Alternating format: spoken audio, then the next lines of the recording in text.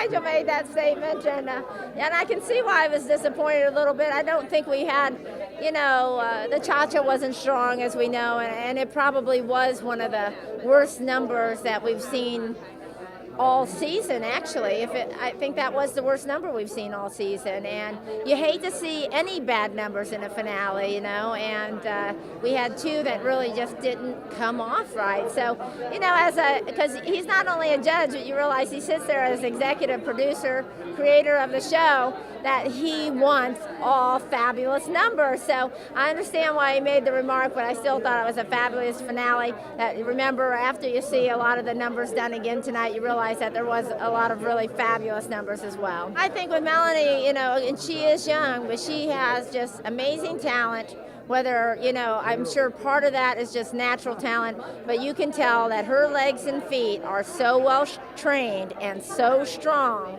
that she could do anything that she wanted to do with them. And I mean, that really does help a lot to have the flexibility. She might have been born with a certain amount of flexibility, but let me tell you, to get legs and ankles like that, you have to be trained. That doesn't just happen.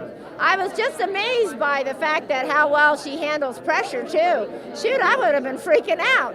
This young woman, they just slapped on dance after dance, and in the finale, they were hit with so many dances, and she still seems to be the least injured, and she seems to be the most, put together.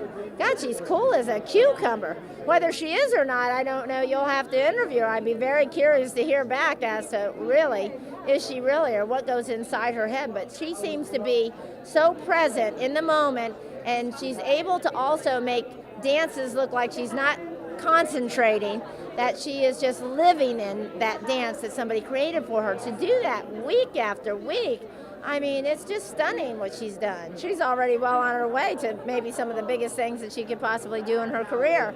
For sure, this is going to propel her. Of course, she's probably going to get an agent and manager next after she gets off the tour, because they head right off almost. They start rehearsals for the tour, and then they head right out, and the schedule that they have to do is so incredibly difficult.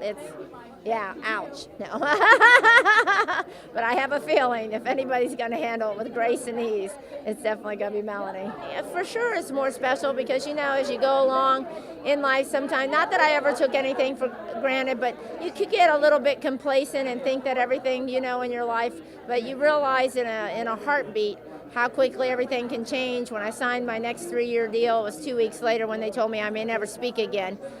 So, yeah, it gets you.